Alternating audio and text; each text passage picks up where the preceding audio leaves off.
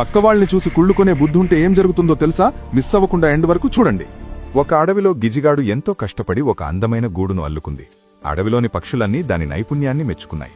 అది చూసి ఓర్వలేని ఒక కాకి తీవ్రమైన ఈర్ష్యతో రగిలిపోయింది.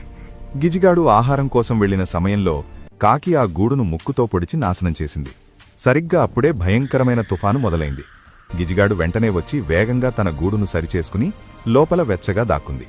కాని ఇతరుల నాశనం కోరుకున్న కాకి తనకంటూ ఒక గూడును సరిగ్గా కట్టుకోకపోవడంతో వర్షంలో తడిసి వణికిపోయింది. గాలికి కాకిగూడు కింద పడిపోతుంటే దాని పిల్లలు భయంతో ఏడ్చాయి. అప్పుడు గిజిగాడు జాలిపడి ఆ కాకి పిల్లలను తన గూటిలోకి చేర్చుకుని ప్రాణాలు కాపాడింది. తన చెడుబుద్ధికి కాకి సిగ్గుపడి కన్నీరు కార్చింది.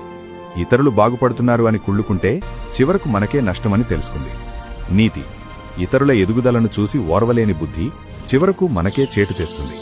పక్కవారి ప్రతిభను చూసి స్ఫూర్తి పొందాలి, కాని